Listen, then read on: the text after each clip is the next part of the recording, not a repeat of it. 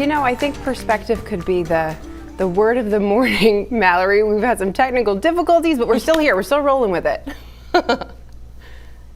Oh yeah, of course, happens everywhere, good old technology, and a little perspective on the weather today.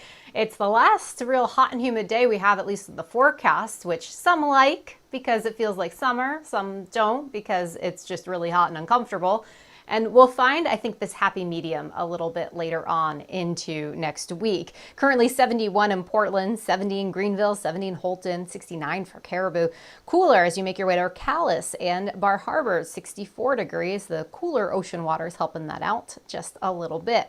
Now, today is going to be a bit of a tale of two states. We're going to get the front through our northern areas first, and so you'll have a somewhat decent afternoon, not so great morning, but at the coastline, you'll have a decent morning and not so great afternoon. So really going to be location dependent today, also with temperatures. So by 10 o'clock, we're looking at temperatures in the 70s for the mountains, Rangeley at 76, same thing in Greenville, 77 for Waterville, but we're already boosting to the mid and upper 80s as you make your way towards southern Maine and even portions of the mid coast.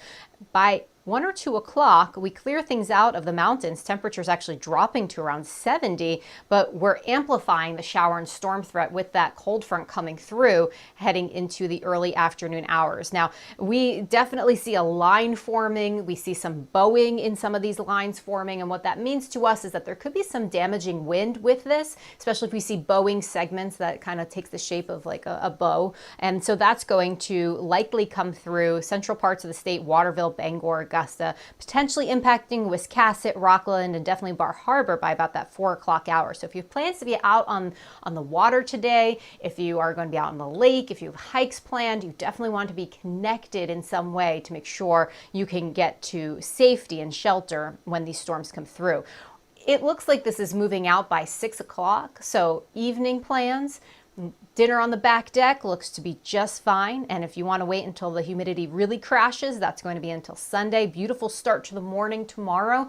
Those things that you've put off because it's a little too humid to do, like hiking or some yard work, Sunday's a perfect day to do it. Temperatures on either side of 70 or of 80 as you make your way to the coast, 70 for the mountainside. So a really great date for a high elevation hike on Sunday.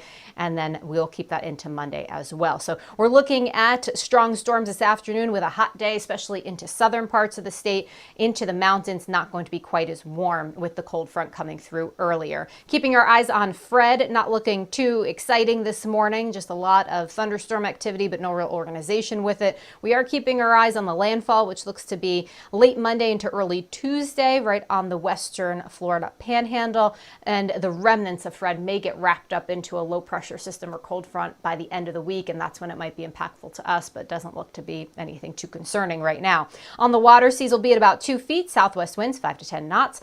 And into tomorrow, it looks so much better. Temperatures back down to around 80, lower humidity. Same thing goes for Monday. So if you couldn't get to enjoy today because it's a little hot and the storms are coming in, maybe call in for Monday. Monday looks to be a really good day. Then we'll keep the dry weather until Wednesday, and it's the end of the week. We keep our eyes on what's going to happen with the remnants of Fred and how it impacts us with a cold front and a low pressure system coming in.